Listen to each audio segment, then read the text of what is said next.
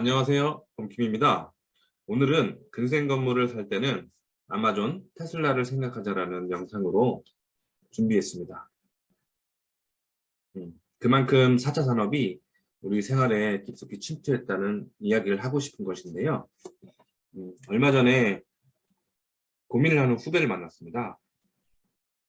이미 몇 년 전에 서울 근처 경기도에 아파트를 사두었는데 가격이 많이 올랐다. 근데 최근에 사람들이 부동산이 하락한다고 하는데 지금 비쌀 때 좀 팔고 다시 많이 싸지면 다시 매수하는 것은 어떤가 하는 것 하나와 거기에 더 확장해서 돈을 좀 더 보태서 아파트를 판다면 근생 건물, 그냥 크진 않고 꼬마 빌딩 하나를 사는데 어떤 생각을 갖고 있느냐고 저한테 좀 물어보더라고요. 그래서 일단은 근생 건물을 지금 살 때 어떤 것을 고민해야 하는지 이야기를 해보았습니다. 보면 기사인데요. 최근에 기사. 은행 점포가 1년 사이에 311개나 줄었다는 것입니다. 또 이러한 은행이 폐업을 하는 속도는 더 가속화되고 있다고 하는데요. 그 중에서도 뭐 신한은행이 제일 심하다고 한 내용이고, 머리 갈 것도 없이 주변에 건물들을 들여다보니까 대로변에 좋은 위치에 1층 건물에 있던 은행들이 이렇게 빠지고 이미 다른 업종으로 바뀌는 모습을 볼 수 있었습니다.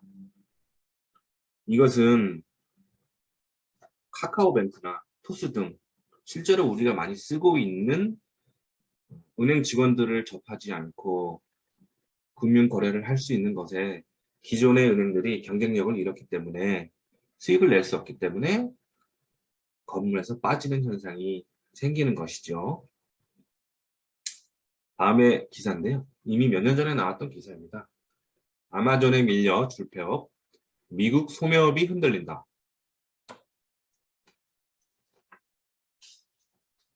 우리나라에도 예전에 뭐 건대 입구나 도람동 등에 가면 옷가게가 많았습니다. 근데 이제는 옷가게는 백화점이나 뭐 아울렛 이런 데 가야만 볼 수 있는데요. 이 아마존 등의 전자상거래는 딱히 도심의 건물에 장소를 필요로 하지도 않고 직원을 필요도 하지도 않기 때문에 제품 자체를 싸게 팔아서 박리담의 효과를 노리고 있는데 우리를 돌이켜보더라도 백화점이나 아울렛도 인터넷에서 구매하기 전에 사이즈나 실제 색깔 이런 걸 확인하러 가지 주변의 건물에 옷가게를 찾아가는 경우는 많이 줄어든 것 같아요. 아마존의 영향이죠. 다음 순서는 제가 볼 때는 이 건물에 많이 있는 자동차 수리점이 좀 없어질 것 같아요. 특히 러시아 우크라이나 전쟁으로 석유 대신에 전기를 찾게 되는 계기가 되었고 전기차에 대한 인식이 그만큼 적극적으로 많이 변했습니다. 다음 차는 전기차로 이런 식으로요. 전기차 같은 경우에는 뭐 미션 오일이나 브레이크 오일 같은 거를 갈지 않는다고 해요.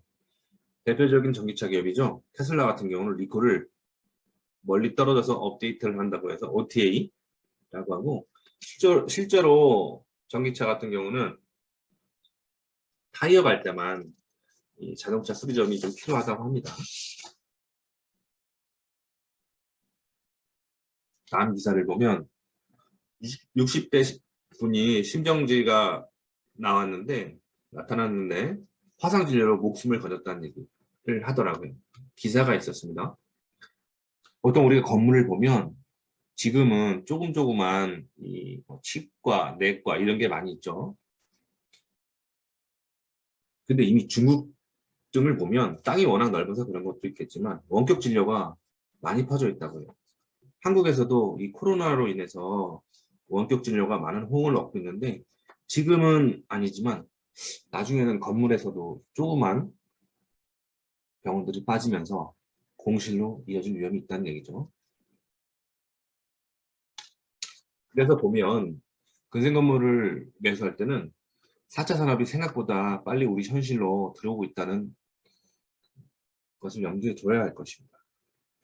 우리 후배의 두 번째 질문에 대한 대답으로는 이제는 값이 높아진 근세 건물의 새로운 신규 진입은 너무나 비싸졌기 때문에 수익률이 이제 전체적으로 낮아졌기 때문에 이자를 감당하기 어려운 면이 있고 공실 걱정도 해야 하기 때문에 내가 사려는 건물이 과연 이게 여러 가지 측면으로 봤을 때 옷가게나 은행, 자동차 정비소, 개인 병원으로는 적합하지만 이것을 새롭게 대신할 식당, 카페, 편의점, 스터디 카페, 스크린 골프장 이런 것으로 건물을 채웠을 때 경쟁력이 있을 것이냐를 고민할 수밖에 없을 거고요. 그래서 최근에는 1인 가구가 늘어나면서 이러한 근생 건물이나 상업 건물이 좀 철거되고 오피스텔이나 원룸 건물이 들어오는 경우가 종종 있더라고요. 상가는 최소한으로 해서 그 원룸 건물이나 오피스텔 주민들이 쓸 수 있는 무인 빨래방이나 편의점으로만 1층을 꾸미는 경우가 보여지더라고요. 최근에는 그 어떤 테슬라의 저력이 대단한데 미국에서도 포도 자동차가 대량 생산에 성공하면서 중산층을 만들고 라이프 스타일이 많이 바뀌었다고 해요. 기존의 아마존뿐만 아니라 이 테슬라도 그 4차 산업 대표기관으로서 기업으로서 파급력이 대단할 것으로 보입니다. 근생 건물의 임차 업종 변화 이외에도 컴퓨터 사이언스라는 그 어떤 국영수 이외의 그 과목으로 부각이 될 거라고 예상되고요. 그만큼 학군지에도 영향을 좀 미치겠죠. 그러나 제가 좀 알아봤더니 미국 대학을 컴퓨터 사이언스로 간다 이렇게 치면 그 어떤 프로그램이 갖고 있는 게 어떤 대치동하고 목동 정도가 좀 있고 나머지는 아직은 좀 미흡한 게 사실이라는 걸 알 수 있었습니다. 그리고 앞으로 우리에게 영향이 클 교통혁명이라고 하는 GTX 같은 경우도 이것이 영국의 크로스레일을 본따서 한 것인데 집값은 외곽이 좀 오르는 현상이 있었고 상업지는 시내가 좀 발달된다. 이러한 측면도 참고를 해야 될 것 같습니다. 그래서 그 두 번째 질문에 대한 대답은 그런 걸 좀 고려해야 된다는 것이고요. 마지막으로 첫 번째 질문.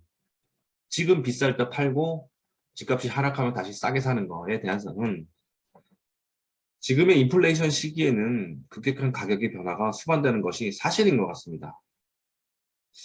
근데 그 변화가 자산의 전반적인 가격 상승이냐 아니면 경제 침체로 가격이 떨어질 것이냐 이것을 생각해야 될 것인데 과연 가격이 가장 높은 곳, 가장 낮은 곳 이걸 맞출 수 있을까요?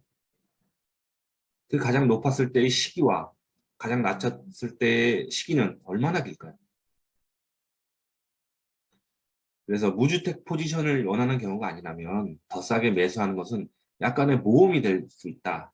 이런 생각을 좀 갖고 있고요. 고민을 아예 무주택으로 갈 것인지 1주택으로 갈 것인지 다주택으로 간다면 감당이 가능할 것인지 감당 불가능할 것인지 지금까지의 자본주의의 역사를 보면 오래 우상향하면서 오래 가져갈 수 있는 부동산, 우량 주식 그리고 금 같은 게 좀 좋았다고 보여집니다. 그리고 가장 중요한 것 중에 하나 더 차관점.